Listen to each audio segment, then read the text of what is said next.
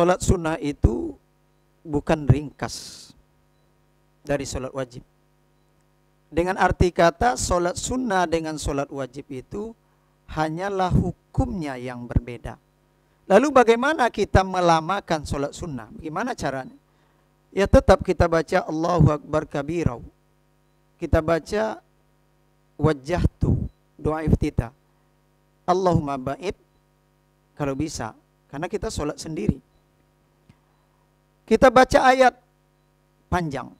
Baca ayat yang panjang yang kita dapat. Ya. Lalu ketika ruku bisa kita lebihkan dari 3 kali tasbihnya, bisa 5, 7, 9, 11 kali. Dengan melambatkannya, tentu lebih lama. Ya, karena solat yang bagus itu adalah lama ruku, lama berdiri, dan lama sujudnya, kata ulama fikih.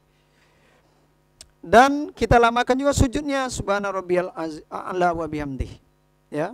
Ini namanya kalau dalam fikih disebut rukun-rukun yang panjang. Ya. Rukun yang panjang. Dan ketika ruku, ketika kita sujud, ketika kita tahiyat, itu ada doa ataupun zikir-zikir tambahan, ya, yang bisa kita tambahkan ketika kita sholat sendiri. Karena kalau kita sholat bersama, kasihan kita jemaah. Kalau kita sholat sendiri, masya'a, semampu kita, sanggup lama maka kita lamakan. Maka ketika Rasulullah SAW sholat, ya, maka kata sahabat yang ikut di belakang, saya kira Rasulullah akan berhenti di ujung Al-Baqarah. Rupanya tidak. Saya kira Rasulullah akan berhenti di ujung Ali Imran. Rupanya tidak juga. Beri panjang ayat Rasulullah ketika sholat sunnah di malam hari. Dan dalam kitab Fikih I'anatul Thalibin, ya, dijelaskan bahwa Imam Abu Hanifah itu sholat malam beliau 1 rakaat 30 juz. Begitu juga dalam kitab sholat khusyuk Sayyidina Utsman bin Affan 1 rakaat 30 juz. Ini istimewa sekali. Kita kadang-kadang bacaan naba saja sudah gemetar kaki kita. Tapi ini 30 juz. Imam Nawawi mengomentari Imam Abu Hanifah, ya, seakan-akan dalam komentar beliau itu tidak asing, biasa saja. Ya, mungkin kita yang tidak biasa merasa terkejut seakan-akan itu tidak mungkin. Jadi ini maknanya falyutawil masya.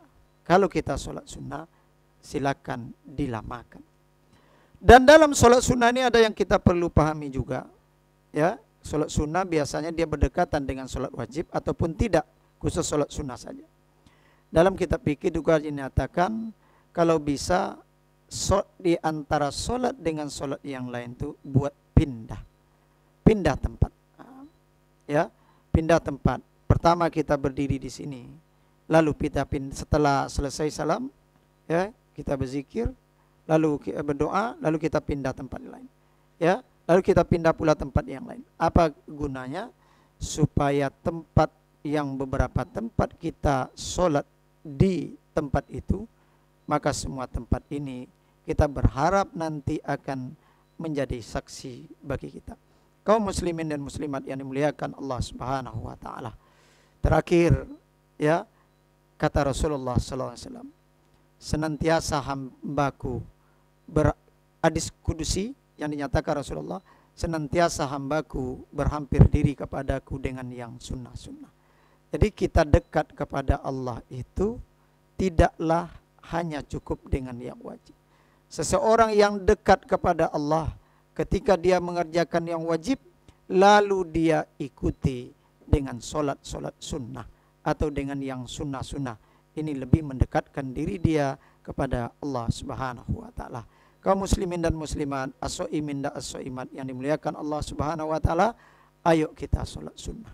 Ayo kita perbanyak solat sunnah, karena bisa bersama Rasulullah di surga nanti, dan akan dibuatkan istana di surga, dan akan menutupi yaitunya amalan-amalan solat wajib kita yang masih ada kekurangannya di sana sini, dan orang yang dekat kepada Allah Subhanahu wa taala ketika kita banyak melakukan yang sunnah-sunnah. Sekian, terima kasih. Mohon maaf atas segala kekurangan. Terima kasih atas segala perhatian. Subhanaka Allahumma wa bihamdik, asyhadu an la ilaha illa anta, astaghfiruka wa atubu ilaik. Assalamualaikum warahmatullahi wabarakatuh.